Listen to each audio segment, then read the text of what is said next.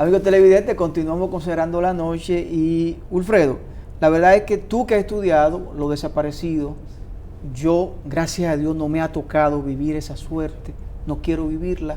Me imagino que hay muchas familias dominicanas que han estado en ese zapato, sí, que se le ha extraviado un hijo, una hija, un esposo, una esposa. No, no extraviado, es desaparición.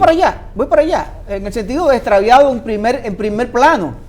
Primero se desaparece, luego entonces las autoridades, o ya con el tiempo, lo califican como desaparecido. Sí. Porque los primeros días está extraviado. Puede estar en la casa de un amigo, se pudo haber quedado con la novia, se pudo haber quedado en una fiesta, tuvo un accidente y está en un hospital, está desaparecido. Pero ya, o está extraviado. Pero ya viene, sí, después que pasan 24 horas, 48 horas, 72 horas, ya sí está desaparecido. Háblanos de ese drama que vive en la familia dominicana cuando pasan estos casos. ¿Y qué respuesta tiene la sociedad? ¿Qué respuesta tiene la policía, el sistema a esta familia?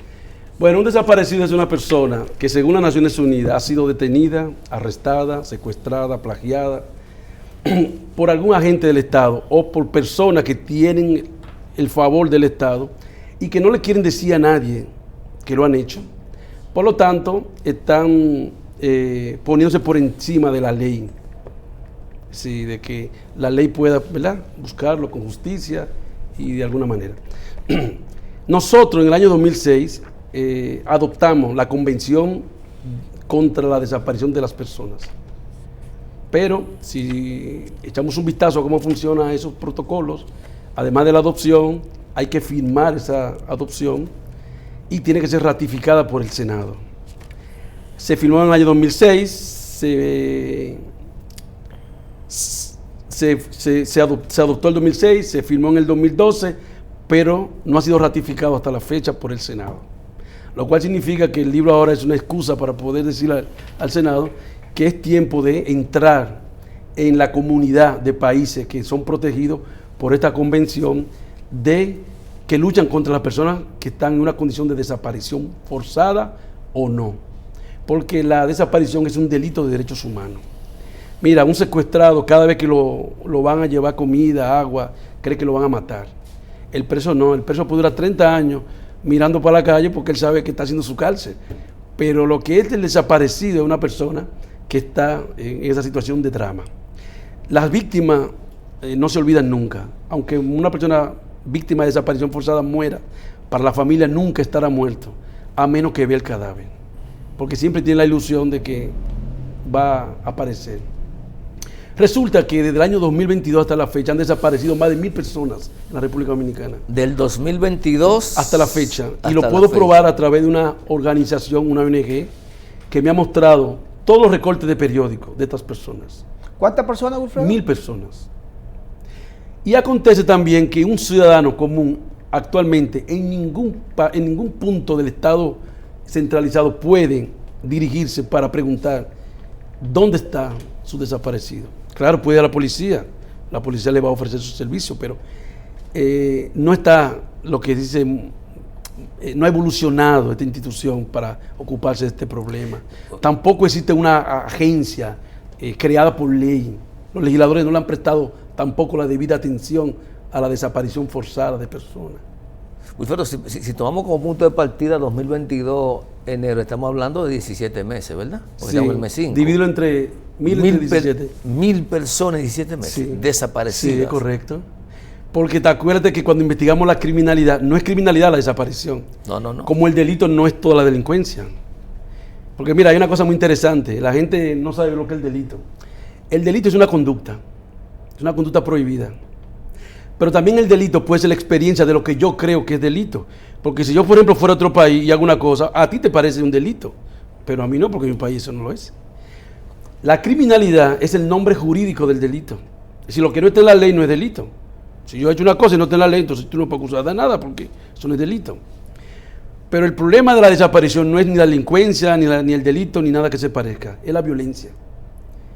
La violencia es la forma jurídica de todas las conductas que están prohibidas, que ponen en peligro la libertad, la integridad, la dignidad de las personas, sobre todo la propiedad y la vida, que son los valores más jurídicamente mejor protegidos, ¿verdad? Pues resulta que este país es muy violento. y de una violencia, digamos, concentrada. Porque la historia de este país, y ahora te voy a responder la pregunta de qué yo pienso de este país, la historia de este país es la historia del deterioro de la democracia interna. Este es un país que no es democrático. No es democrático. Bueno, en el año 2008 escribí un libro sobre la situación de los médicos legistas para explicar que no sabían lo suficiente para hacer autopsia y perdí mi empleo. Y la misma persona a la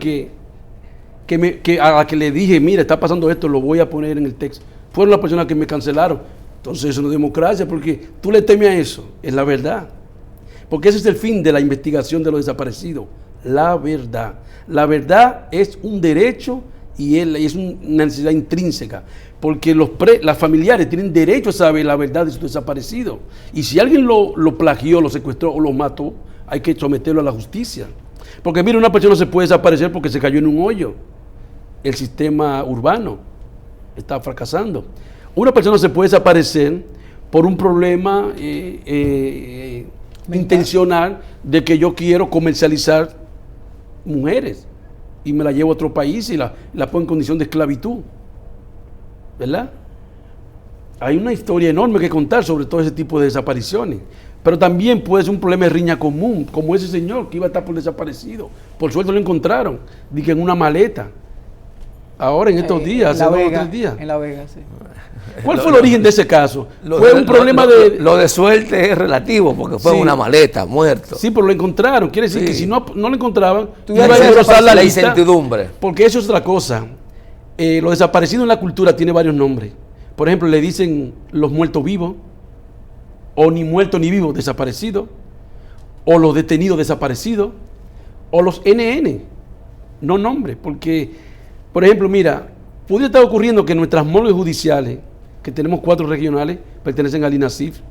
Me gustaría hablar un poquito de eso luego. Sí, vamos a hablar de ese tema, claro que sí. Hay más de 70 cadáveres congelados en una nevera fría. Que nadie los reclama. Que nadie los reclama.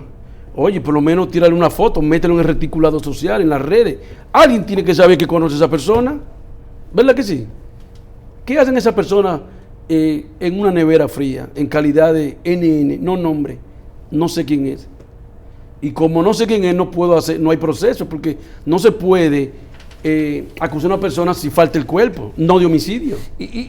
A ver, ¿qué hacen con esa estadística y eso que tú dices? ¿Qué hacen entonces con esa persona congelada si no procuran? Yo no discuto eso ahora, que lo discutan ellos. No, es bueno saberlo porque da el dato que es importante y tiene las estadísticas.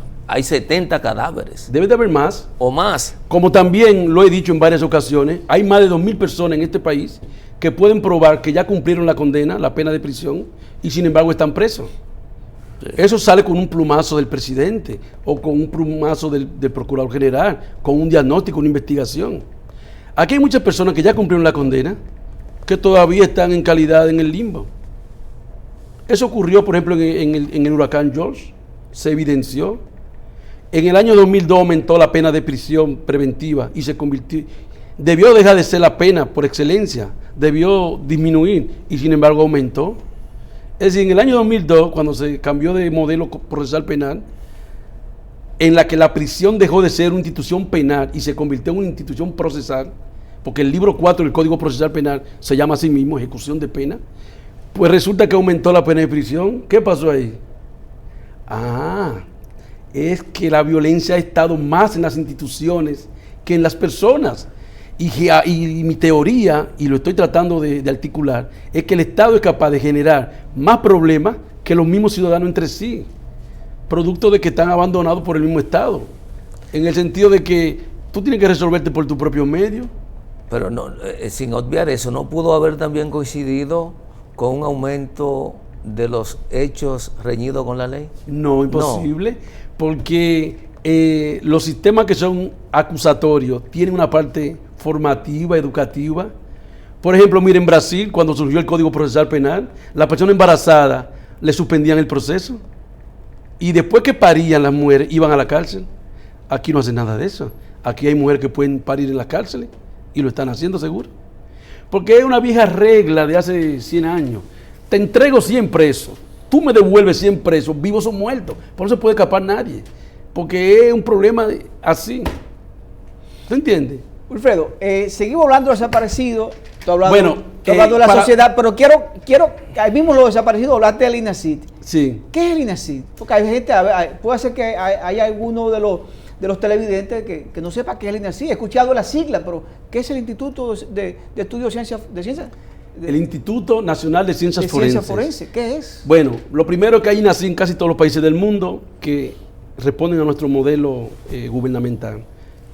Por ejemplo, el INACID es un sistema en sí mismo y es la parte pericial, es decir, probatoria, prueba pericial. Y entonces representa el organismo que da, que procesa las evidencias, las individualiza y la prepara para que el acusador, que es el Estado, el Ministerio Público, que es el brazo judicial del Poder Ejecutivo, entonces ahora el INACID va a tener un problema con eso, ahora voy a explicar, pues entonces le presente pruebas. Entonces, al final los jueces, en este modelo, pues condenan a través de esas pruebas. Bueno, el INACID es un error en el objeto, en el mismo objeto es un error. ¿Qué significa esto? Bueno, nació en el año 2004 con una resolución forzada por la reforma procesal penal y en el 2008 adquirió su estatuto de ley y dejó de ser una resolución y se convirtió en ley. Nosotros fuimos las personas que diseñamos esa institución.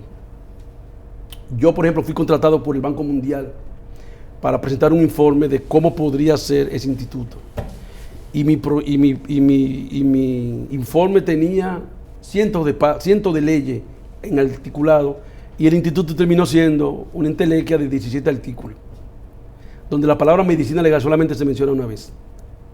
Actualmente no tiene reglamento, lo cual significa que es posible, que no sé cómo trabajaría, porque es un instituto que debe de protegerse, porque tiene que estar reglamentado cada paso que da sus agentes, sus actores. Lo que usted había planteado incluía entonces era una especie de código. No. También yo revisando eso estaba muy flojo, porque estábamos comenzando.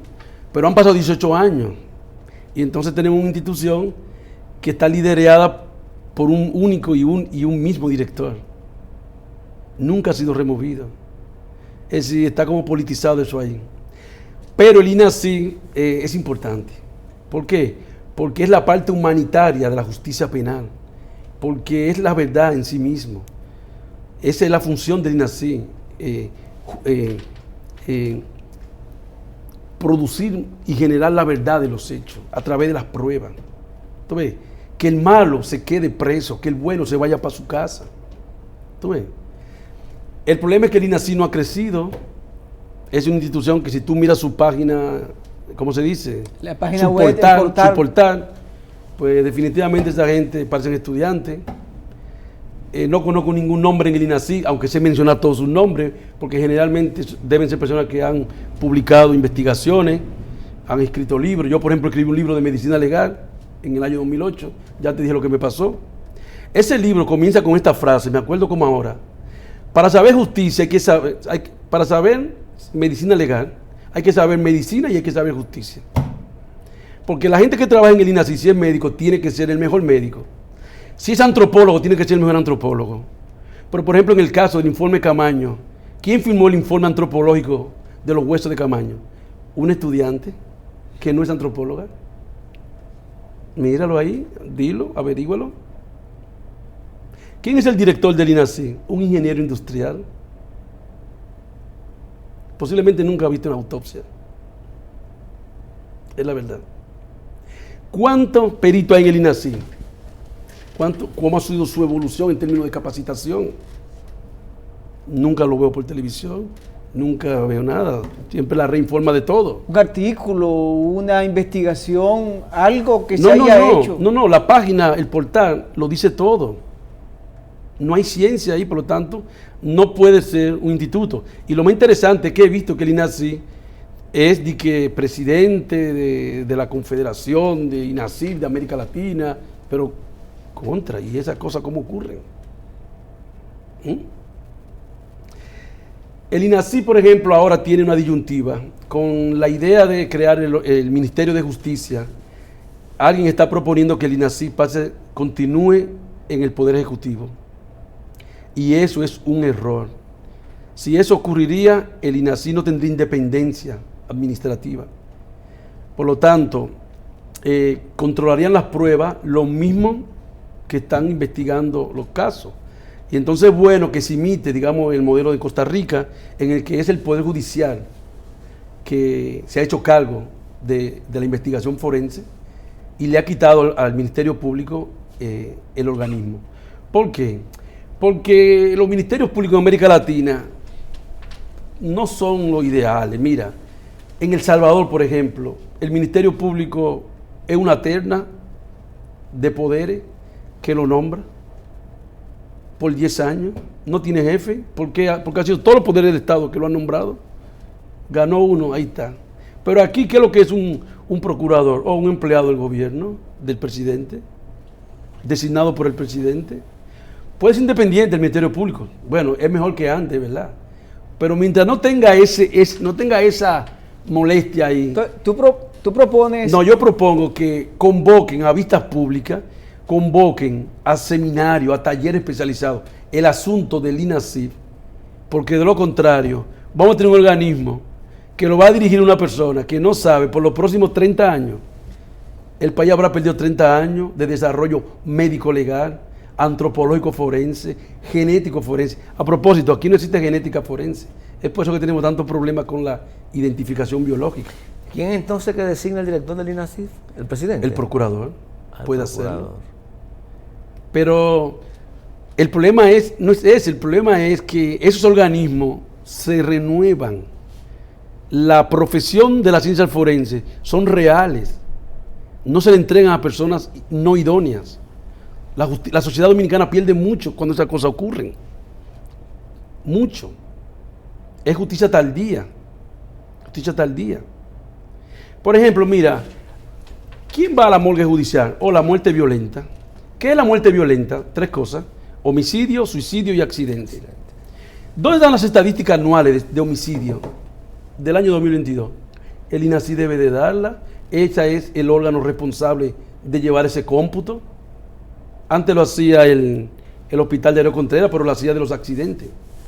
Y lo hacía bastante bien. De esas muertes violentas, ¿por qué últimamente están ocurriendo muchas incidencias de muertes naturales en morgues judiciales? Porque esos peritos dan pena. ¿Sabes lo que es un médico legista en este país? Un médico cualquiera, generalmente sin formación, que consiguió un nombramiento de médico legista en el Estado y por lo tanto es un forense. Forense. Para ser forense hay que estar acreditado, certificado. Para cuando lo llamen a un tribunal a exponer su informe, usted lo puede hacer con sus calidades. Bueno, el fiscal que lo presenta como una autoridad dice: mira, este hombre estudió en las mejores universidades del mundo, mira, estudió esto, publicó esto, hizo esto.